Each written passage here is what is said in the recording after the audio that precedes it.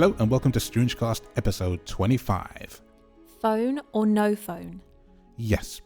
This is the second of our pre-recorded episodes, so there's no point really asking how your week was, although, well, it's been one day, hasn't it? So maybe I should. A lot can happen in a day, yes? A lot can happen, yeah.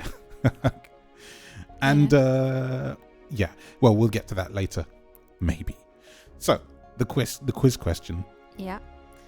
So the question was, how many minutes are there in a full week? Yeah, I didn't have time to look it up, I must admit. So do you want to guess? No, I'm going to get it really wrong. Okay. It is 10,080. 10,080. Mm-hmm. Okay. Yeah. Nice one. So quite a lot. Quite a lot. Yeah. Now tell me how many seconds that is. It's okay. I'm not going to make you do that. That can be a question for another week. Yes. So if you got the answer 10,080 to you, well done. I won't know who you are because, well, I can't look into the future. Not yet, anyway. But yeah, what's this week's quiz question?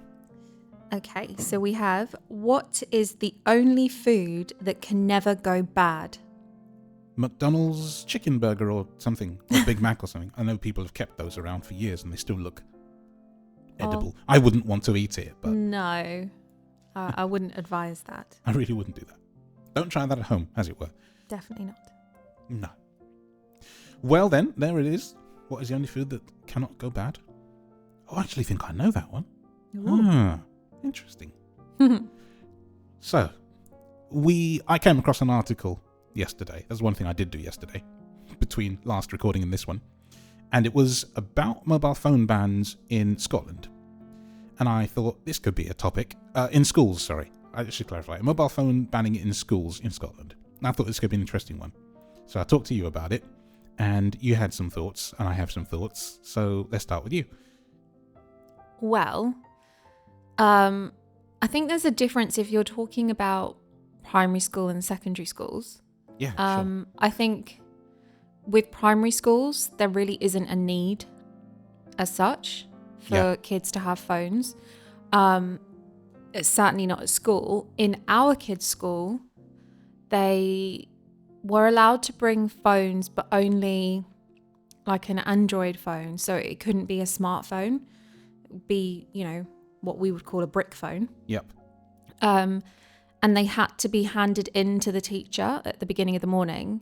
And then they would be given out. And that was for only those kids that were walking home by themselves. So that was never an issue for our kids. Obviously, I always pick them up. So in primary school? This is in primary school, yeah. So that was the rule there. And then in secondary school, they don't have rules apart from the fact that they cannot, in their school this is, obviously every school has their own rules, and I did read on the UK government website that it is for schools to come up with their own rules and decisions around this topic. Yeah. But yeah, so at the kids' school now, they can have their phones, but they are not to be seen or used during school hours. That's fair. Yeah, which I think is absolutely fair enough.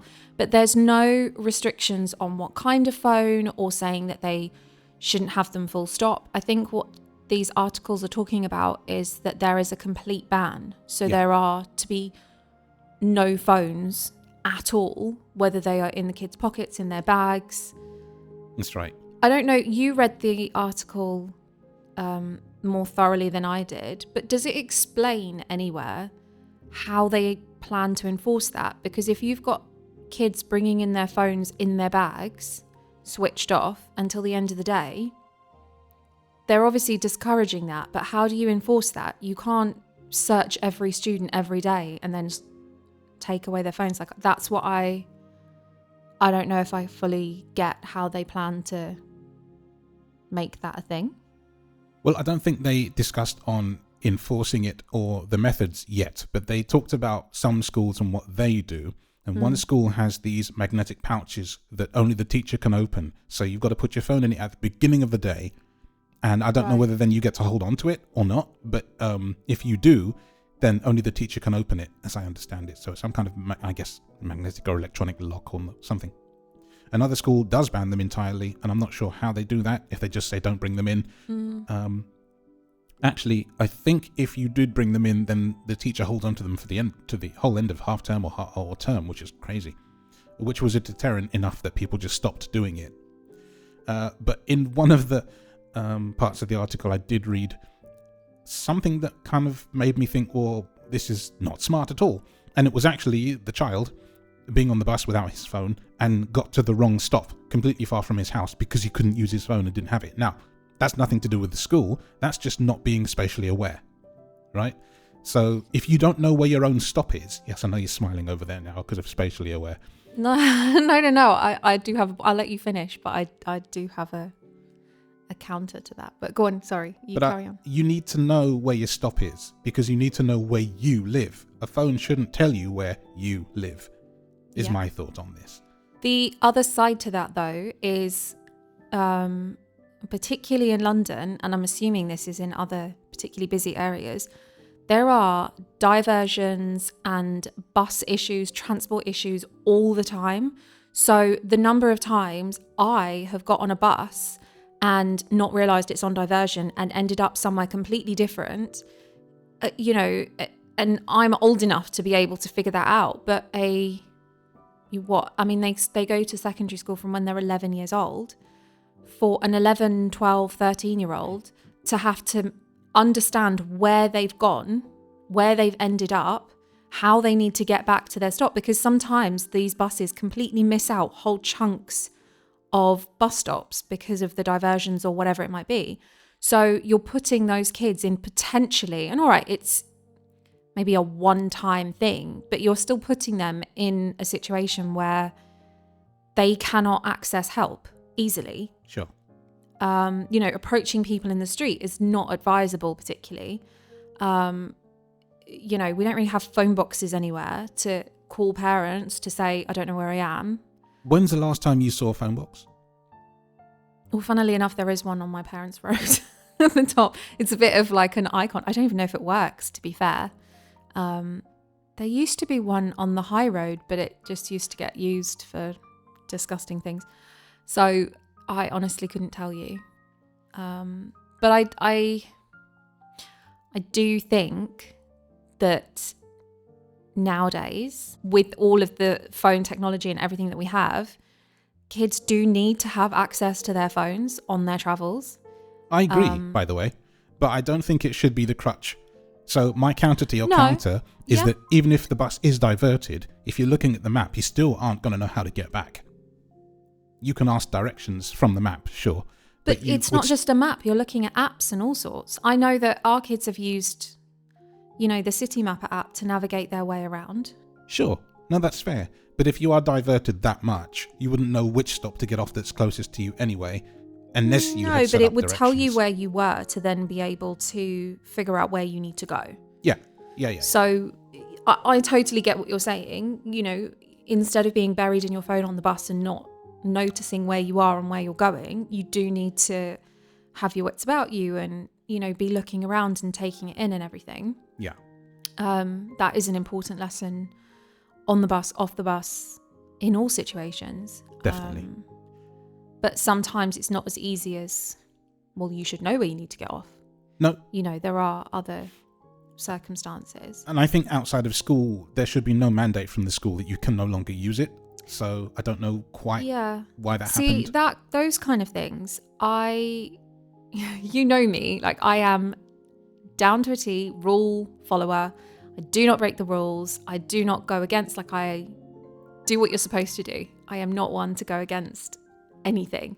But I have a real issue when schools tell parents or implement things in the way that we should parent our children. Yeah. If there's obviously an issue and there is something wrong, something is going on and the school says, look, you need to be doing this, whatever, I understand that. But to say, we've decided that your children cannot have phones and therefore will not have them in their bags, that's not okay to me. That's our decision to make. Obviously, saying they cannot have access to them, or, you know, if we see them at school being used or any of those kind of things, we will confiscate them or whatever it might be. I get that. They're in school. They're, you know, to a certain extent, they're your responsibility, your rules, to a certain extent, obviously. But as soon as they leave that building, the school no longer has responsibility for them. That is our responsibility. And we feel, as parents, that it is incredibly important that they have their phones with them to be able to call for help, or, you know, let us know that they're going to be late or that they're going somewhere else, or all of those things, for us to be in contact with them. Yeah. And that is not for the school to then say, you cannot have that phone. Like I say, when you leave the school premises, you're no longer in school time. And but there are those schools that believe that they can just say no phones. I remember when Jake first started, so he's in year 10 now, so it was a few years ago, there was a boy, different school, who I knew through something else, and they went to a very, very strict Catholic school down the road from us. Yeah. And they had this rule: no phones, absolutely none, not brick phones, not smartphones, nothing. And they couldn't even have them in their bag. So if they saw the kids leave the school, take a phone out of their bag, they would get into trouble. So I don't think that they searched them necessarily, but if they ever got wind of the fact that they had a phone on them, if they stepped off the premises, took a phone out of their bag, they would be in trouble. And I remember having this conversation with the boy's mum, because she was quite concerned because her son had to cycle to school quite a fair distance. You know, it was a good sort of, 25, 30-minute cycle. Yeah. And she was concerned that he wouldn't have any way of communicating with her so that, you know, she knew that he was on his way home or whatever. Sure. And I felt so strongly that I said, if that was us in that situation, I would not send my child to that school, because I just don't think that that's an okay take. Yeah, like, that's not the school to say, we have decided you cannot have a phone. Do you know what it is? Well, at least I think it is. I think it's a particular generation of people and teachers of a certain age. They're like, well, we didn't have phones in our day, you still don't need them now. But landscapes change and the world changes. Yeah. And just because you didn't have a thing or do a thing, it doesn't mean that we shouldn't do a thing or have a thing. Yeah. It's very, very conservative thinking. It's not progressive. And I think this is where things can run into a problem. Yeah, and I think we should talk about also the reasons why they're wanting the kids to not have access to these phones. And predominantly it is that they are using them too much. They are on social media, which, you know, we all know is detrimental to mental health and all sorts, especially for teenagers and kids. Right. And this is supposed to be, I mean, from what I read in that article, the idea is that they're using their phones less, you know, their grades are hopefully not going to suffer as much because they're not obsessed with their phones.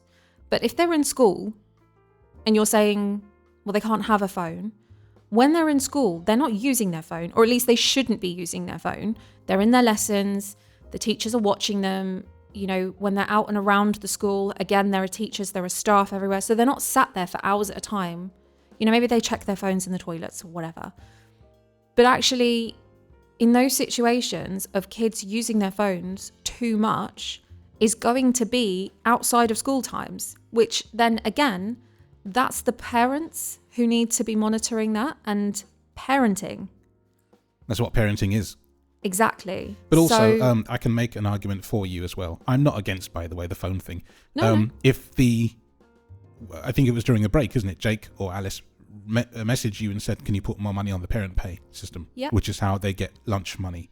They use their watches as opposed to their phones. So it's maybe a technicality way of getting around it. But yeah, sometimes there are things that they do need to communicate. And, you know, like you say, can you top up my lunch card, please? Or, I I don't know. Oh, Alice messaged me once to say she'd forgotten her pencil case and she was really worried that she was going to get in trouble for it. And then I was able to take that to school for her to collect. And I was able to send her a message and say, it's there, go pick it up now. Now, I know that teachers would say, and the schools would say, well, you should be taking more responsibility for your things. If you forget things, you need to suffer the consequences. In that situation with Alice, I would say she's an incredibly anxious child. And the thought of how much trouble, even though, you know, it was at most a negative point, was going to really impact her for her whole entire day. So her sending that one small message, me dropping off her pencil case, just meant that she had an okay day as opposed to an awful day where she spent the entire time with that ball of anxiety in her stomach. And again, people would say, well, you should be keeping an eye on their lunch card and top that up so they don't need to message you. Yeah, in an ideal world, you should, but not everybody has the time to constantly check. And when your kids go through phases of not using it and then suddenly eating everything at school, that doesn't always work either. Yeah. So... Look, I'm in agreement. Like, you can't... No, I know. You can't do everything all of the time. You can do some of the things some of the time, and that's all it is. Yeah. And so this came down to being able to message you, get the money topped up, and they were able to eat for the day. Yeah. I don't see that as a big deal. Now, of course, phones in schools, in the article, there's things where kids would say, you know, there would be fights in school and people all just took their phones out and filmed those fights. And they talked about cyberbullying and, you know, mass text messages to groups of people about, look, she's coming down the corridor kind of thing.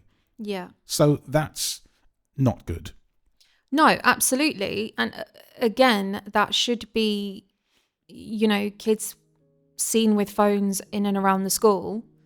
They need to be confiscated. They need to be, you know, punished by whatever that school chooses. I don't know. Different schools have different things. Yeah, I feel like it should be almost like a 3 strikes and you're out system. If you're caught with it where you shouldn't be, that's a 1 strike. And in our school, it would be like, you know, maybe a demerit of 5 negative points. Yeah. Right? So you get that down to maybe after 3 strikes, you're down to 15 negative points, and then you have to have a consequence for that. Yeah. So that you're no longer allowed to even be brought to, you know, into school with a phone, and you are the one who has to be searched. Your friends will pass through, your bag will be searched and frisked. And that is an embarrassment because you'll be seen to have done that and your friends won't. Yeah. So there are ways and means around it, but banning an entire school of children, their phones, for things that might come up, I think is abhorrent to me personally. I do not agree with this. No, absolutely. And, you know, there is also cyberbullying and filming and all of those kind of things outside of school. And so, okay, you stop it from happening inside of school. That's great, but that's not going to prevent them from doing it outside of school. And if you're then saying, well, taking away their phones, you're actually then putting those children who potentially are being bullied in a much more dangerous situation, because you're putting them somewhere where they've, you know, in a situation with these bullies or whoever it might be, with no way of contacting and asking for help. And being dragged behind the back shed. Yes. Out of sight of cameras and teachers, and then they're left, right? And they can't call anybody. So yeah, it is dangerous, it is stupid, and I think it is actually quite thoughtless. But the thing is, a lot of people that say these kind of things, like I said, are a particular age, maybe they don't themselves have children. They deal with them from 9 to 4, and that's it. They don't think of the consequences. Maybe. I think they're looking at the negative impact of kids having phones. And Only the negative impact. No, absolutely. And I do agree that there are a lot of kids that just spend their entire time on their phones.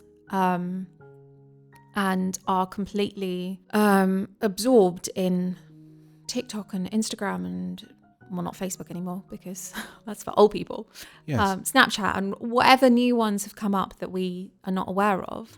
I think we're quite lucky with our kids that, I mean, Jake isn't interested in social media. He'll, you know, watch TikTok and stuff, not obsessively, but other things he's not interested in. You know, he's much more interested in his gaming. And I think with Alice, the last few years, it's become much more apparent how dangerous social media is. Mm-hmm. And so we have been stricter. She doesn't have access to the majority of things. She has a monitored Instagram account, which is linked to mine, and I see everything. So there is no chance of her becoming obsessed with it in that respect. And I genuinely don't think that she has that wish. Yeah. And I did speak to her about it and said, you know, do all of your friends use social media? And she said yes. And that a lot of them are really obsessed with it and checking it all the time. And they have access to all of the apps, whereas she doesn't. And I think we're quite lucky that we don't have, like that she doesn't ask us for those things. She doesn't complain. She doesn't say, oh, can I have Snapchat? I mean, she did really want to have an Instagram account, and we talked about it and we looked into it and all of those things. And it's only because they've come out with these new features that we decided that that was okay. Yeah. But none of the other things. Doesn't need them anyway. But I know that that's not true for a lot of her friends or, you know, other people in her year. Yeah. But again, that is down to parenting. And that's what maybe needs to be more focused on, as opposed to schools banning. It needs to be more, you know, reaching out to parents and saying, this is what your kids have access to. You need to be more I feel aware. like this should be like consulted parents consultation stuff. Mm. Because if I relate it to something blindness related, Mm-hmm. it's like when I see a company say, oh, we've put out a really cool product for the blind and it's going to revolutionize the universe, but they didn't consult anybody on its formal function. So it actually ends up being a complete flop. Yeah. They didn't ask or get any in-house testing done to see whether it was A, needed, or B, exists already, or anything like that. And I have seen this before, and it's really silly. And I feel like this kind of step where you ban phones entirely, in or out, it's very policey, but in the wrong ways. Yeah. Police what happens on and in your grounds and on and in your buildings. But outside of that, you don't have the right.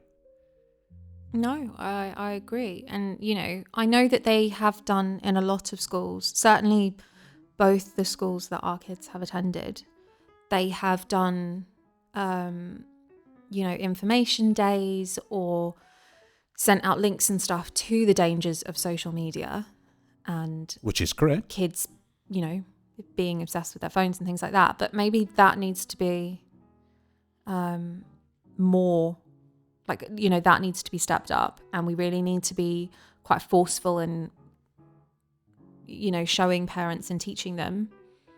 I also think it's very difficult when you've already got older teens, you know, middle to older teens. Like if we were to now say to Jake, that's it, we're taking everything away. You cannot have your phone. It's a bit late, isn't it? You cannot have, yeah, I mean, people would say, oh, well, he's your child. You need to make that decision. And obviously in certain circumstances, you do need to, you know, be what they would consider harsh. But I think, gosh, if we said to him, that's it, it's gone, it would just be, well, can you imagine his face? Yeah. He would be absolutely livid. But then, And it would be like we're punishing him for something he hasn't done. Yeah. Well, exactly, because he doesn't hyper-focus on these things. No. Whereas some kids do, and... I don't see the point in that. No, but there are kids that do No, get... I mean, I don't see the point in taking it from him at this point. No. Hyper-focus, yeah, that's something that people do. And you know, some of that could be for reasons, as opposed to like, oh, I'm just doing it because my friends do it. You know, it could be, Yeah. I don't know. So what do you think Neurological. about the idea that kids shouldn't and don't need smartphones and should have, you know, the basic brick phones, as they call them? I don't have a problem with it. Excuse me. My dad has done that for his two youngest, which are a lot younger than me. They're sort of Jake's and Alice's ages. I do have 2 younger brothers, and they have brick phones, so they can't text and things, as far as I know. They can just call, and that's his choice to do that. Yeah. And if they don't have it, then they don't miss it, and if that works for them, cool. Yeah. You know, I get it. I wouldn't do it for ours, but because we come from quite a different family and different, I just think we wouldn't do it. I could have seen the merit in it, maybe. I think your brothers are a little bit younger sort of more around Alice's than Jake's, but and I do think maybe if we were Yes, 13 and 10, I think. I want to say. Yeah. If we were starting now or a few years ago, you know, if our kids were a lot younger and there was, you know, this information and everything coming out about social media now, perhaps we would have had a different view, and perhaps we would have said, actually, you don't need to have all of this. But I think, rightly or wrongly, there is also a case to be said for not wanting your child to be the only one that goes without. And, you know, there are obviously those parents that say, it doesn't matter. You don't need to follow the trend. You don't need to have the iPhones like everybody else does. You don't need to have social media like everyone else does, or whatever it might be. But sometimes that can be really isolating and really difficult. And I think some parents don't realize that when your child is the only one or one of the only one. Yeah. It's really difficult. And, you know, for some children, that is like the worst thing ever. To be different from their friends. So I'm not saying you have to have to give them an iPhone then because they need to be like everybody else, but you do need to understand and appreciate that your child is just trying to fit in, and sometimes, you know, we do kind of have to go against what we would like, I guess.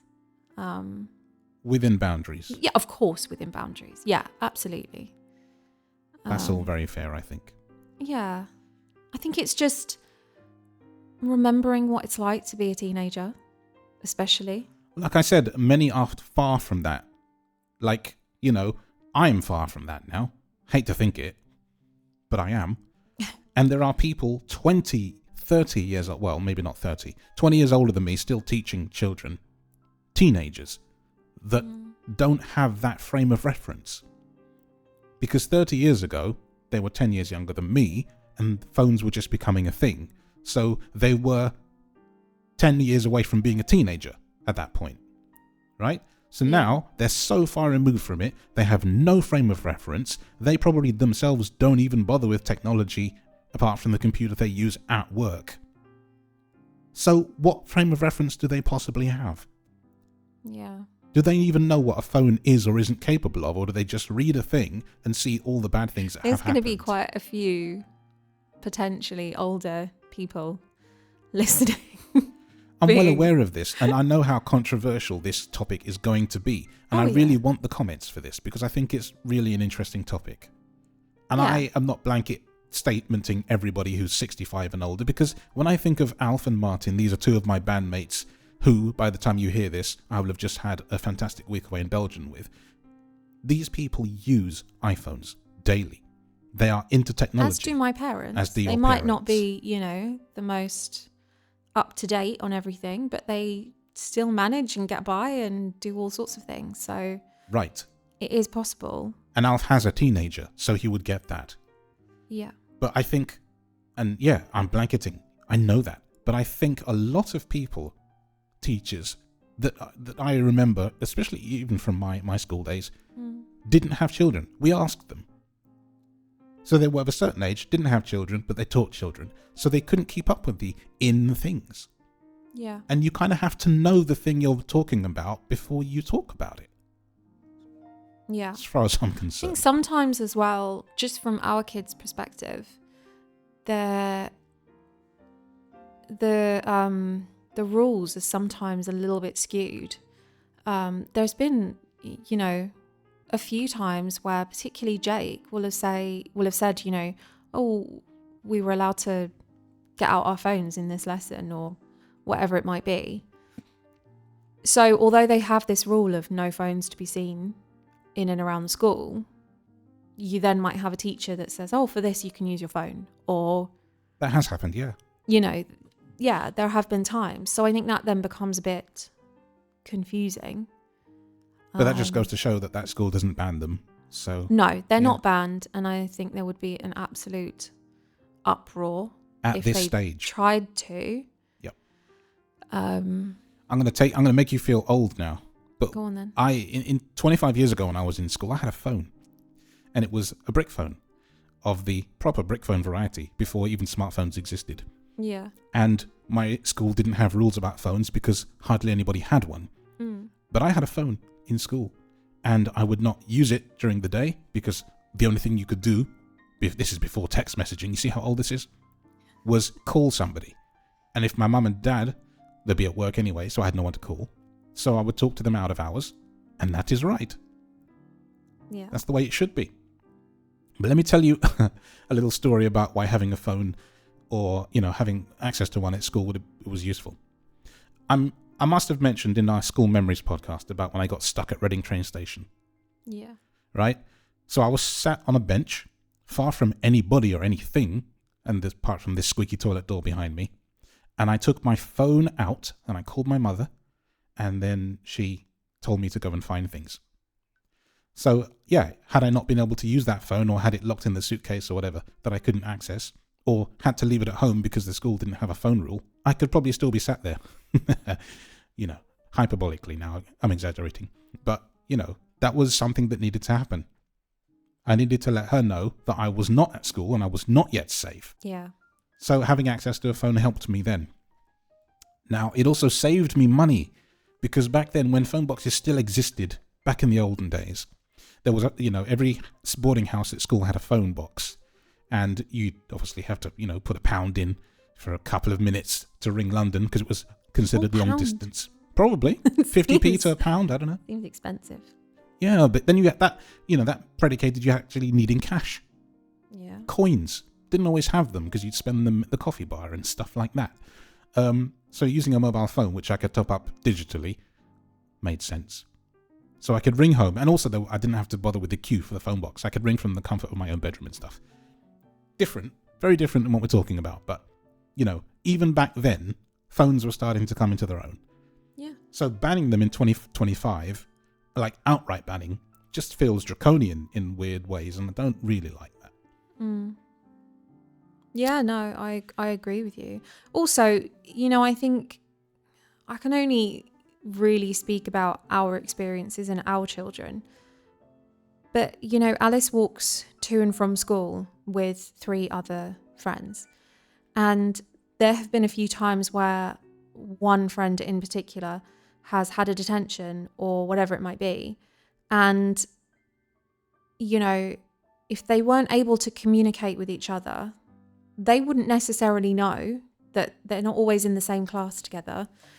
And then you've potentially got the others having to leave and the one having to stay behind by themselves and walk home by themselves, which, is not ideal for our girls. Or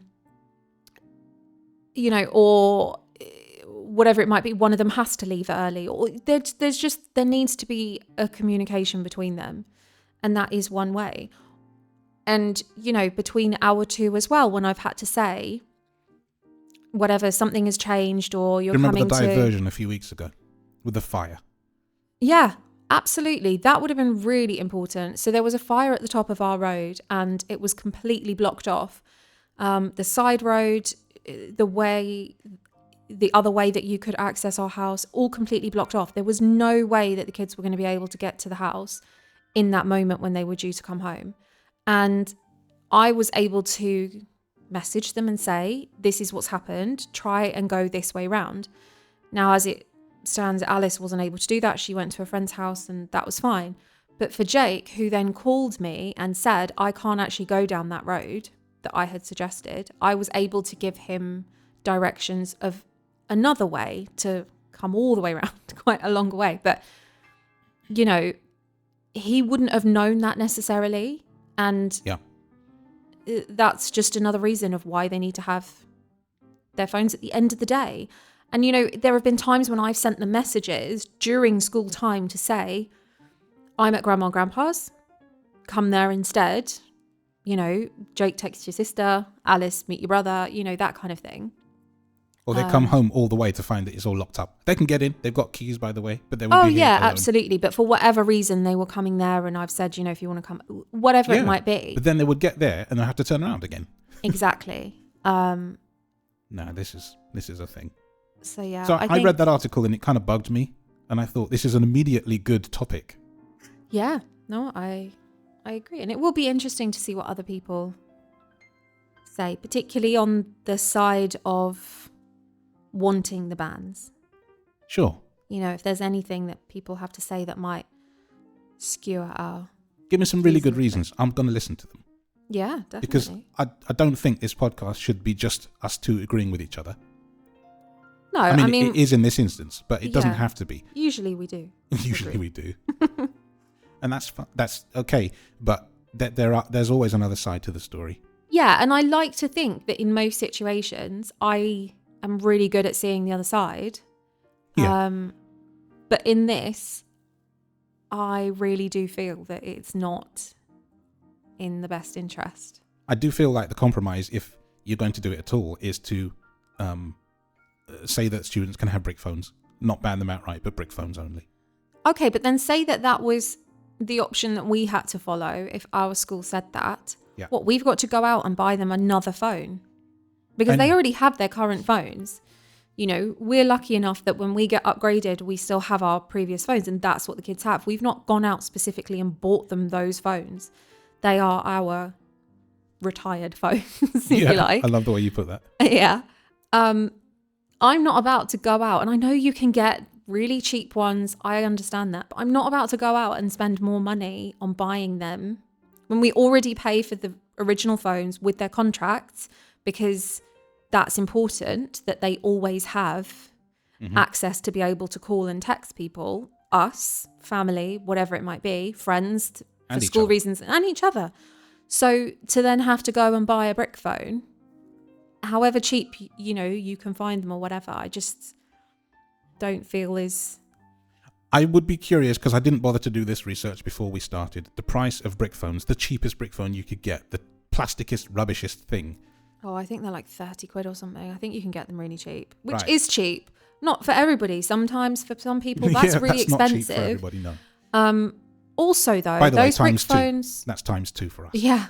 Brick phones are not going to have the internet then, which I know people will say, well, they don't need the internet. But for the apps, for them to know when the bus is coming, because that's what our kids use. There's none of that every single day. They use the apps that tell them when their bus is due. And yes, people will say, well, it should say at the bus stop. Unfortunately, for the last few months, and I can attest to this because I get the bus almost every day. Yep. It does not give the information. There has been some kind of issues, I don't know what it is, at the bus stops where it should say this bus is due in however many minutes, this bus. It's not always there. It's not always available. And if you are due at school in half an hour and you don't know how long that bus is going to take, you know, it can cause all kinds of problems. They need access to that app to be able to see when the bus is coming. Is it worth them walking? Should they wait for the bus? All of those things. Yeah. That is important. You're not going to have that with a brick phone. And, you know, some kids come on the train and on the tube and from much further than just a bus or a walk. Yeah. So, yeah, I think I've exhausted all my points now. You made it quite early. I got it. I absolutely get it. I'm with you. Yeah. So there you go. Phone or no phone?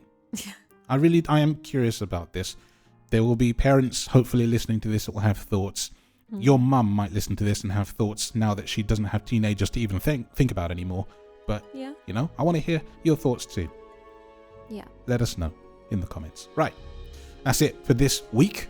Next week we'll be back to normal with recorded episodes probably on the day, because that's how we do it. And we'll be able to tell you who got the answer to the quiz question right and all that kind of thing. So, Thanks for listening to StroongeCast. Yes, bit of a noisy topic this week, but had to happen, right? Well, you know, we do quite light-hearted, fun ones. Sometimes we have to talk about more... Down to earth. Got to do it. Yeah. Right. Thanks for listening as always. Speak to you soon. Bye.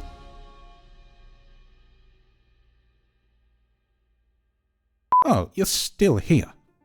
You're still in that chair over there. I am. I'm still here. Would you like to continue with a rant about something new? I don't want to rant as such, but I will share the annoyance of the dealings with Samsung Let them have it. that I have had.